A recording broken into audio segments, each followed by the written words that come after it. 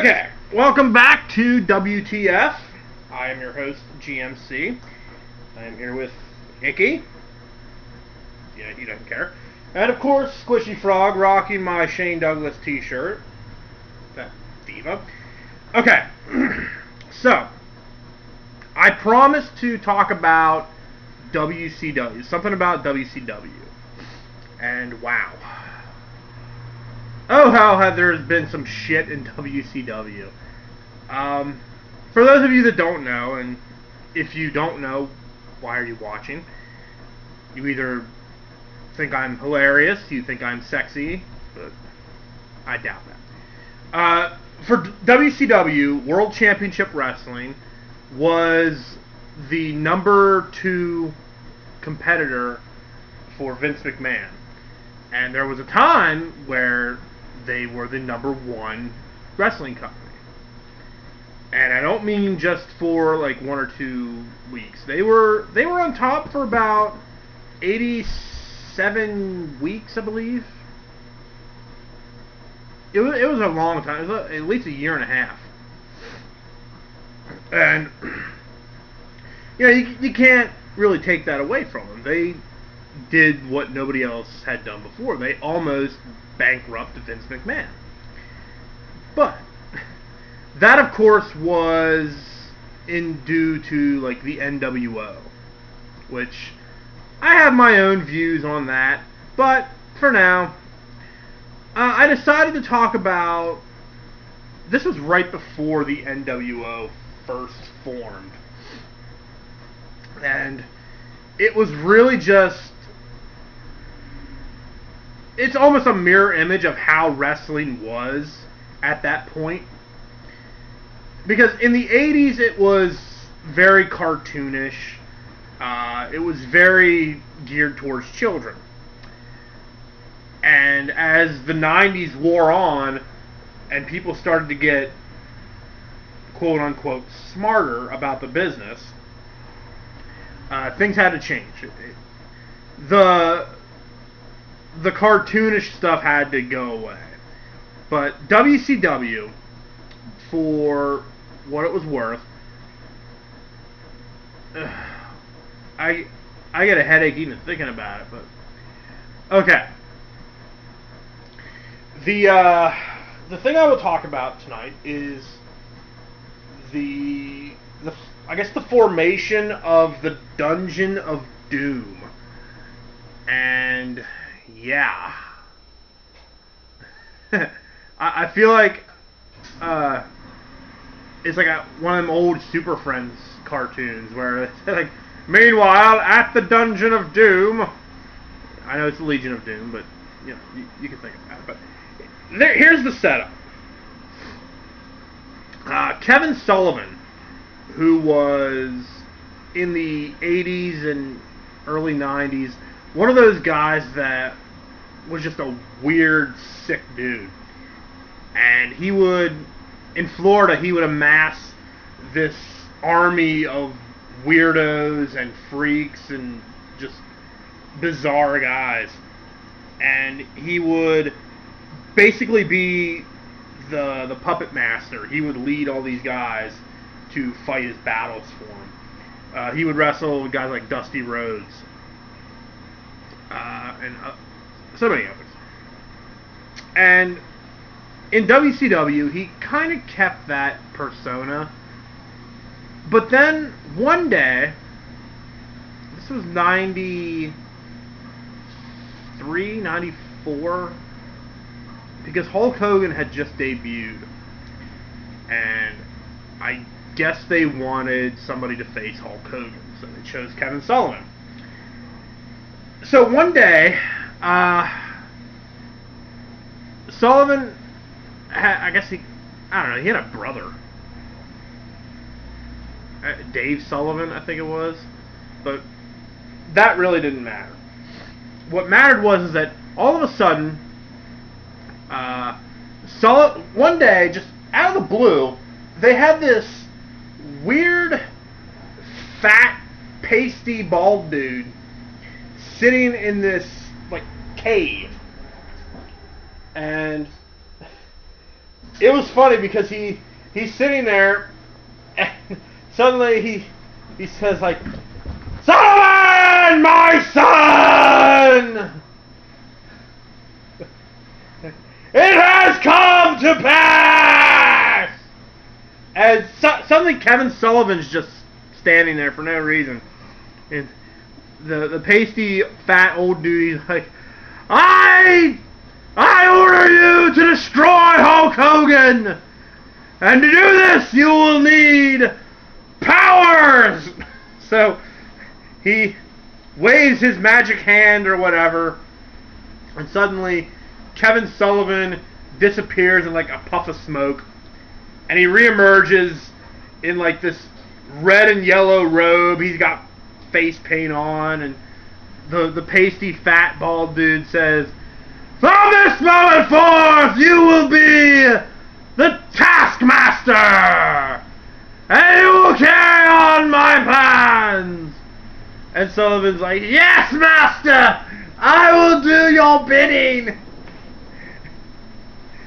Oh, Jesus. Jesus Christ. And so began Sullivan's hiring of weirdos. Like each week they debuted a new guy. The first one I believe was John Tenta, who was Earthquake in the WWF, and then when he went to WCW, he was called Avalanche.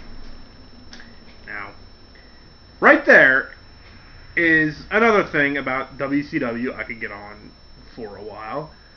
They would hire the WWF guys that had been established in Vince McMahon's territory, and then bring them to WCW, but they couldn't call them by their other names, so they would use similar names. For instance, Earthquake was Avalanche.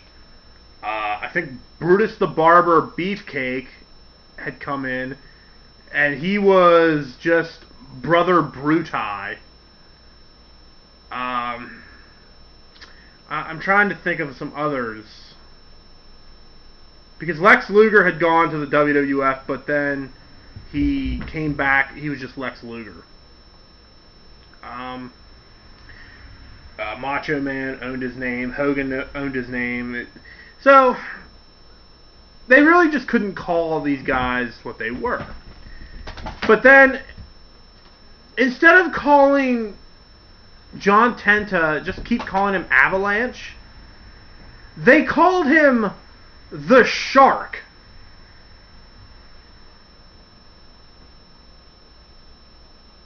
Yeah. They called him the Shark.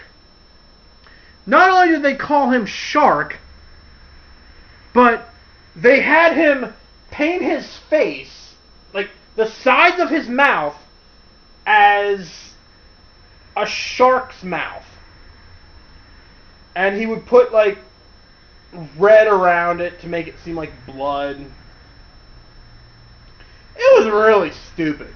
Why not just keep him called Avalanche? Apparently that was the bald dude's idea. He's like, "Sullivan, my son! You shall call him Shark!"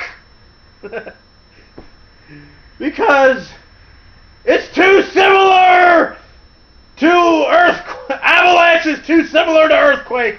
We gotta call him something else. So we're gonna call him Shark.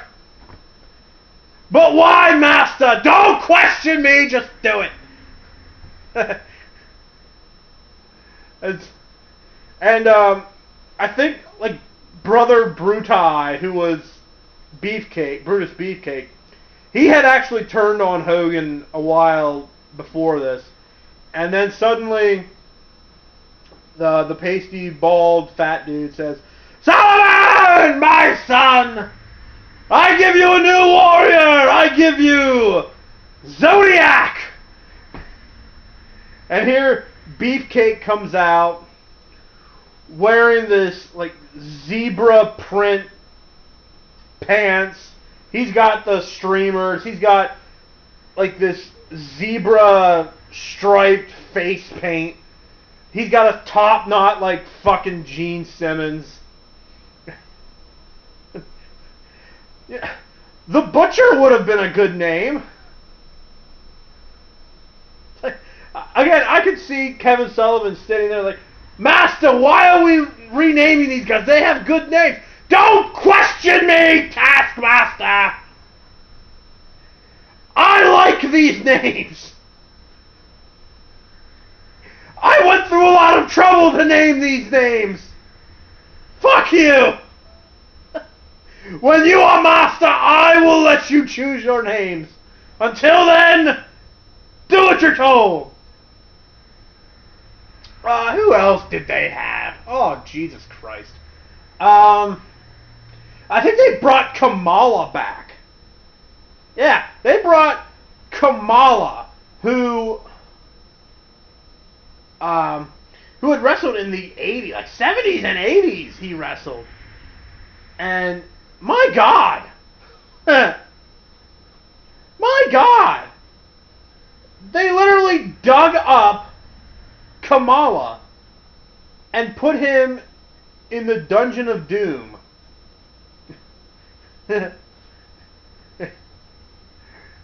And wow. I even think they tried to recruit Vader, but Vader didn't go. I think Ming, who was Haku, there was another guy that had to change his name. They had Ming in the Dungeon of Doom. The Barbarian eventually went to the Dungeon of Doom. He was from the Powers of Pain. And I think Bill DeMont, he wrestled as Hugh Morris.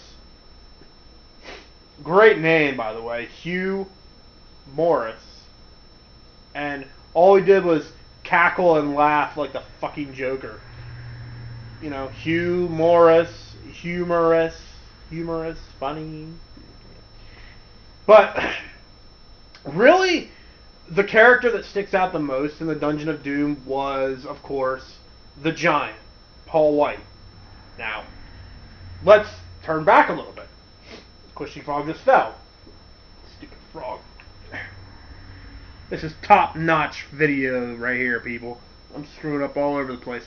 Okay, so Paul White, who is the Big Show now, but during a pay-per-view, I think Hogan was being honored for curing cancer or something that Hulk Hogan would claim to have done. And suddenly this big, tall dude comes out of the crowd, and he takes his shirt off, and he throws it at Hogan, and he says, "Remember this!" And then he walks off. And Hogan, again, I think this is back when Beefcake was still with him, and Jimmy Hart. Hogan's like, "Brother, this is Andre's shirt. This is Andre's shirt, brother. Where did he get this, brother?" And so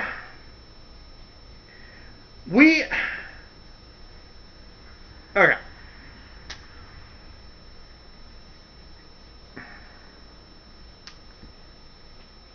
So, in order to just establish who this guy was, they had to have a connection with Hogan. He couldn't just be some big dude that they found.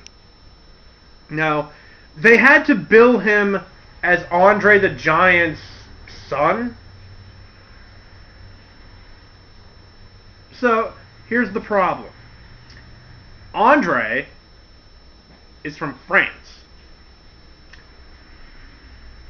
Big Show, Paul White, I believe, is from Florida. He lives in Florida now. I don't know exactly where he's from, but I'm going to say Florida. French, Floridian. Last time I checked, the main language of Florida is It's not French. It's probably Spanish by now. I'm just kidding. I'm just kidding. Actually, I think it is Spanish. But, bottom line, there is really no way I could believe that Big Show is Andre the Giant's son. And you also have to take into consideration the fact that Andre the Giant would have had to impregnate someone. Yeah. Andre the Giant, the eighth wonder of the world, would have had to have sexual intercourse with a willing female.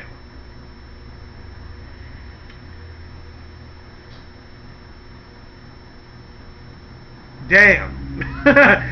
Because Andre the Giant's one, like his index finger would be like the size of like a sausage. So think about that for a second. A woman had to have consensual sex with Andre the Giant to have this child. Or maybe she was artificially inseminated. It boggles the mind to even think. Again, I'm thinking about this shit.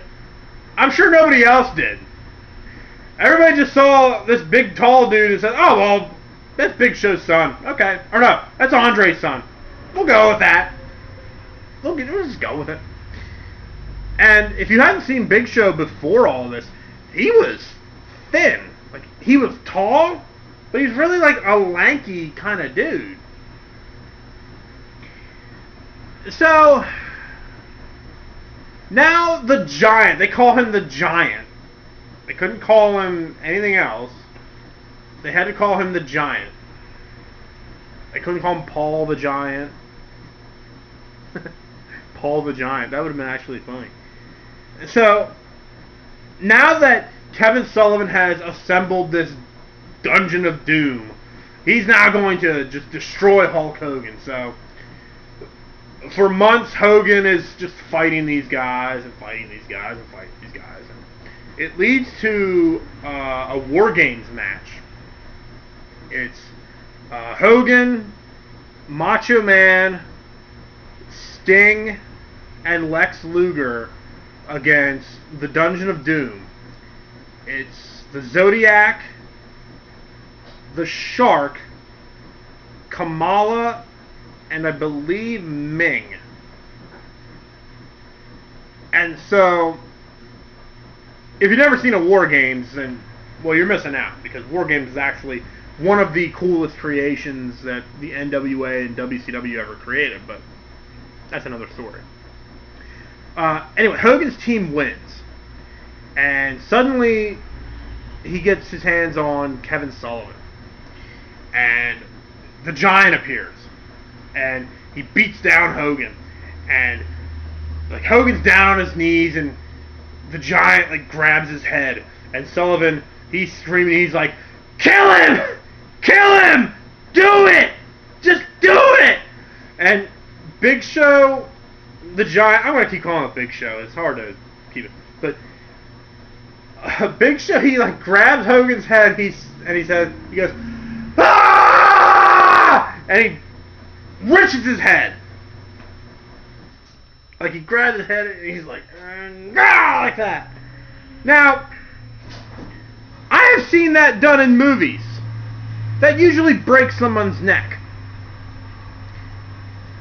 So, we are to assume that the Big Show has just broken Hulk Hogan's neck.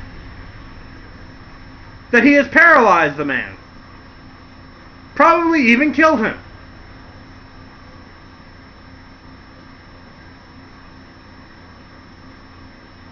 Okay.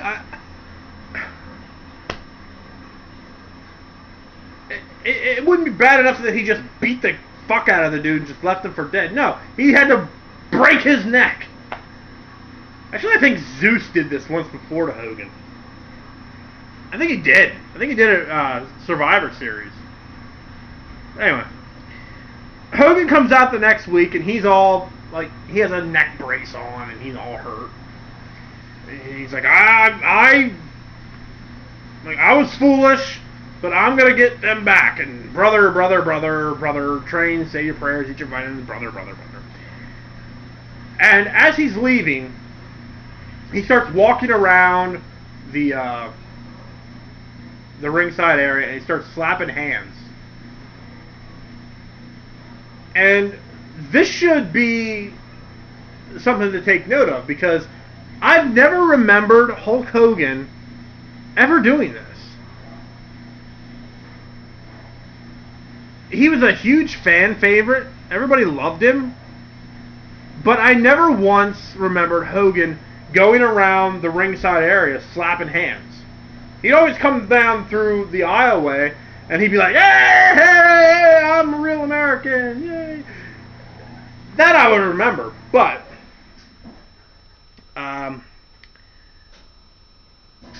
I never remembered him going around the ringside. Anyway, he gets to this point, and all of a sudden, somebody throws powdered milk in his face. I guess it's powder, but I might as well be powdered milk. And Mean Gene Okerlund, God bless this man, because he makes this shit sound like it's gruesome death.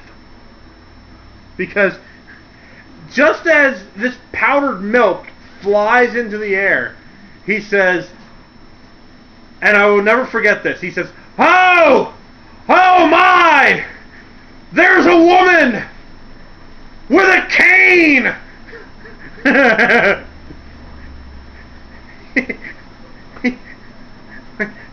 There's a woman with a cane.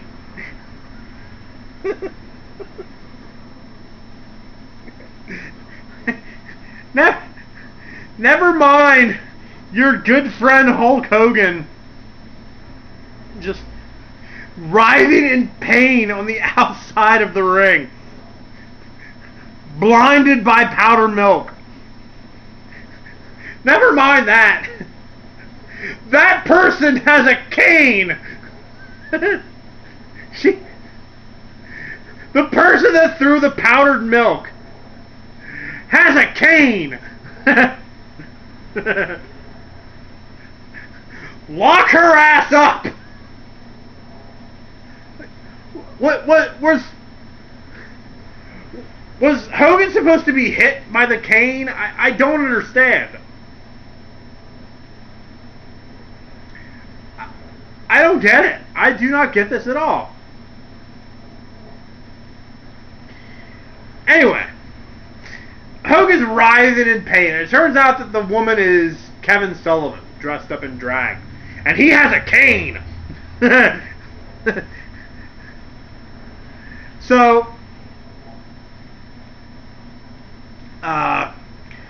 Hogan's getting beat down. Here comes the Giant. And he does the same thing. Like, he rips off the neck brace and he breaks Hogan's neck again. But to add insult to injury, they decide to shave off Hogan's trademark mustache. And it's funny because if you watch a clip of this and they're shaving his mustache, he's going like this. He's going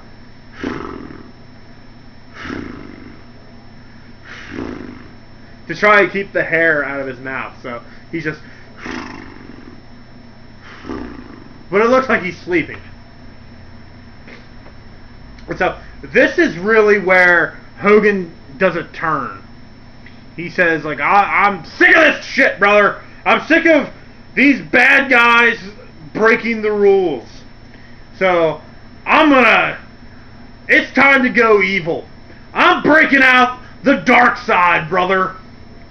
And so begins Hulk Hogan's dark side transformation, where this is before the NWO. He comes out wearing all black, and he says he's got a new attitude. And honestly, he has no change in his fucking attitude. And so um, they get to, I think it's Halloween Havoc. Hogan is going to defend the world title against the Giant. But first, there's going to be a special attraction. The Giant, I guess, challenges Hulk Hogan to a monster truck battle. Now, what exactly is a monster truck battle, you might ask? Because that's what I asked. And apparently, a monster truck battle is where they take two monster trucks, they weld the front bumpers together, and then they have a sumo match with them. Like, the two drivers are trying to push the other one out of this circle, and whoever pushes the other one out wins. And they have this on top of, I think it's the Joe Louis Arena. I'm not sure, but they have it on top of an arena, which baffles my mind how they got this shit up there. But Hogan eventually wins.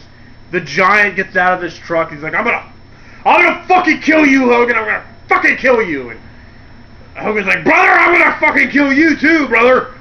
And they fight. Big Show brings Hogan over to the ledge. I'm gonna fucking choke slam you off this roof. And before that happens, Hogan fights away and he pushes the Big Show. And Big Show, he's like, and he falls off the fucking ledge, the roof.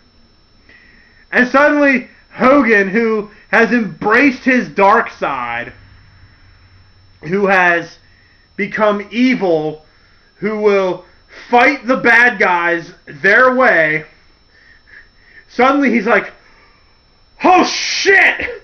Help! Help! Somebody help! I just murdered the Big Show!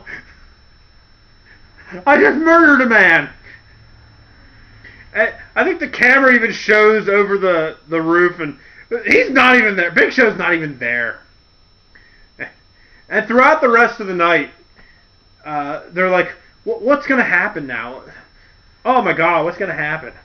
Well, here's what I would think would happen. Hulk Hogan would have been taken out of that building in handcuffs.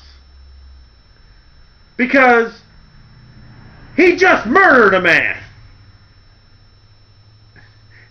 He just killed a man. Or attempted to kill a man.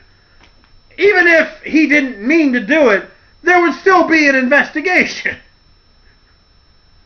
I'm pretty sure CSI would be all over that shit right now. And it's not like they could say, well, that really didn't happen. The fuck it didn't! So, Hogan comes out for the last match, and he's like, brother, I'm sorry for what I did and everything like that. And it looks like we're not going to have a main event, but all of a sudden, Big Show comes walking out. He's okay. He's fine. He got better. So they have the match, and this is when like shit just goes completely off the rails. Hogan is winning the match, and suddenly Jimmy Hart, who has been his manager, he cold cocks the referee, and people are like, what the fuck is going on? Why would Jimmy Hart do this? And what a shock! Jimmy Hart's turning; he's becoming a heel, and the announcers, who are pieces of work themselves, are completely shocked by this. And it's like, Jimmy Hart has been Hulk Hogan's friend for years. Why would he do such a thing? Like, okay, Jimmy Hart was not Hulk Hogan's manager until 93, 92 or 93. So, you cannot tell me that these guys have been friends for years. We're thinking kayfabe here again. I know that they're probably friends backstage, but if you're going kayfabe, Jimmy Hart was one of the sneakiest, slimiest little fuckers ever in wrestling to ever be a manager. Everybody hated him. He's feuded with Hulk Hogan for years. But no, apparently in WCW, these guys are the best of friends. You know, they've been best friends for at least 2 years. Jimmy would never do something like that. And so, all of a sudden, like, I forget what exactly happens, but I think the Dungeon of Doom all comes out, and then Randy Savage and Lex Luger, they come out too.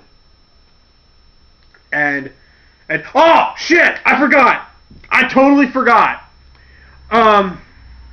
The Nitro before all this,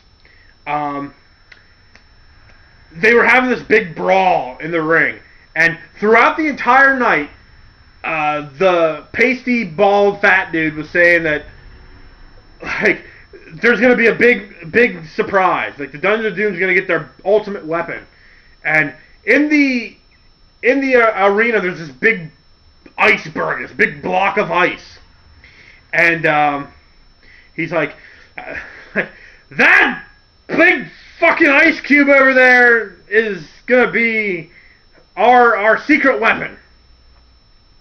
And so, right before they cut to black, the iceberg blows up, and standing, like, you catch a little tiny glimpse of it. Inside this iceberg is what I can only describe as a toilet papered mummy.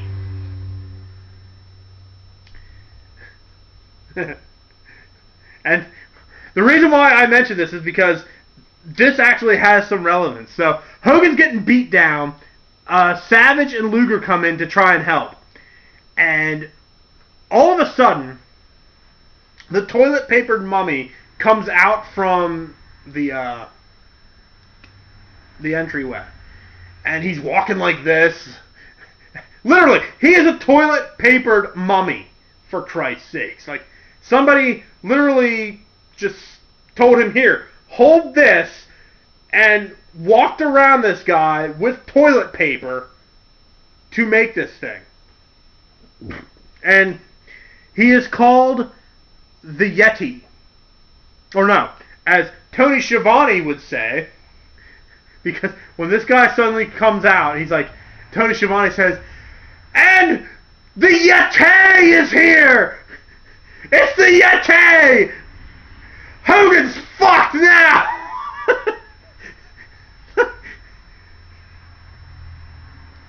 How can you take this seriously?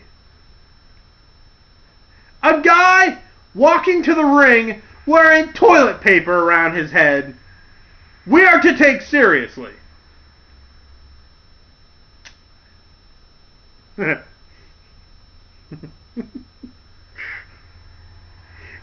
they come back to the ring because they're paying attention to the fucking Yeti. And suddenly, Lex Luger's beating the shit out of Randy Savage, just completely out of the blue. And even the announcers are kind of taken aback by this. They're like, hey, what the fuck is going on? Lex Luger's beating the shit out of Randy Savage. Like, oh yeah, by the way, Lex Luger's turning heel again. And so the Yeti gets in the ring. And this is a tall dude. He's taller than the Big Show, but this is where I think everybody loses it. Because the Giant has Hogan in like a bear hug. And the Yeti comes into the ring and I'm trying to choose the right words to describe this, but he proceeds to sodomize Hulk Hogan in his ass.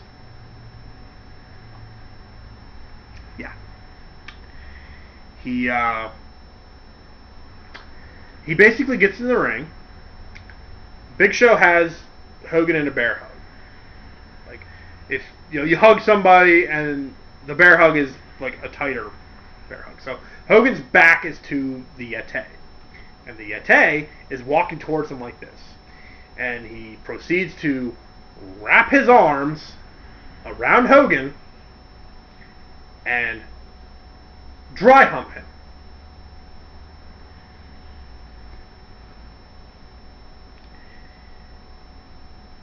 Basically, WCW has just shown the first sodomizing of a professional wrestler on their pay-per-view.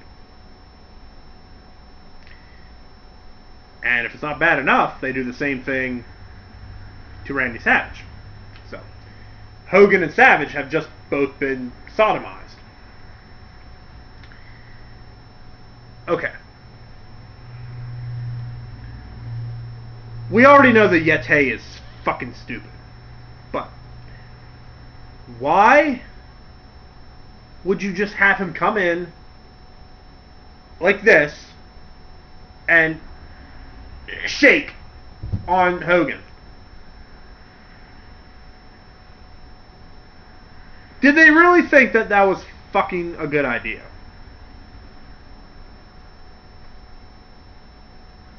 I don't know. But this is where it just went.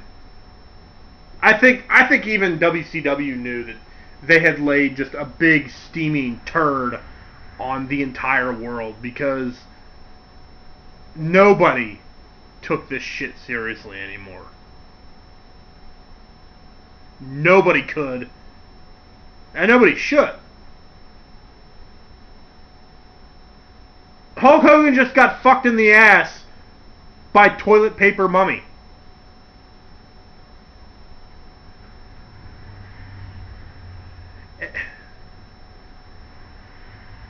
I'm pretty sure if they would have kept this going, they probably would have brought like Dracula out and probably sucked on Hogan's withered cock.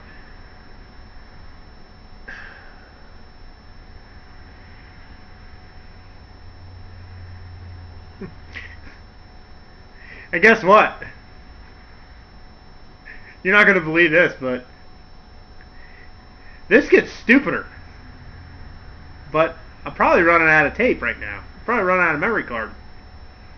So I'm going to close on this one, and I will regale you with tales next time of quite possibly the stupidest match. No, I don't want to go in hyperbole.